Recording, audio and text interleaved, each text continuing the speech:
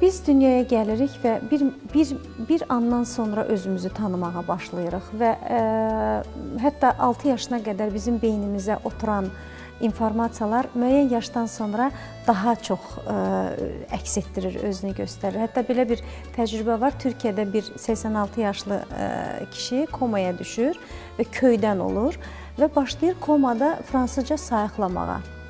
Və bu, bütün həkimlərin marağına səbəb olur. Bunu araşdırırlar, məlum olur ki, sən demə, onun 6 yaşına qədər dayəsi fransız olub.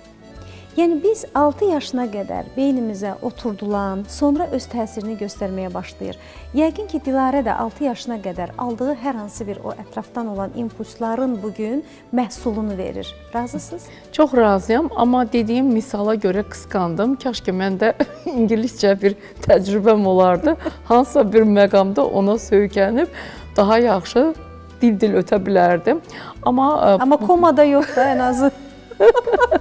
Sonra kimə lazım olmayacaq. Amma yəqin ki, bu Alman dili ilə bağlı mütləq mənada olub. Çünki Alman dilim çox mükəmməldir, çox gözəldir.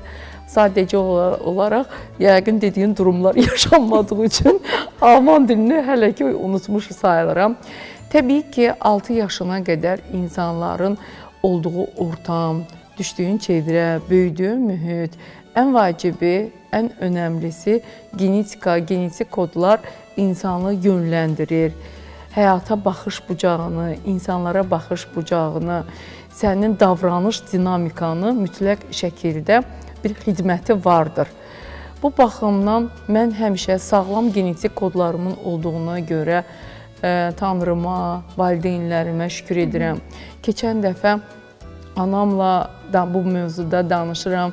Deyirəm ki, Tanrıma çox şükür edirəm ki, sən mənim anamsan, sən beləsən. Sən bizim ailə sevgi dəyərləri baxımından çox mükəmməl yetişdirmisən.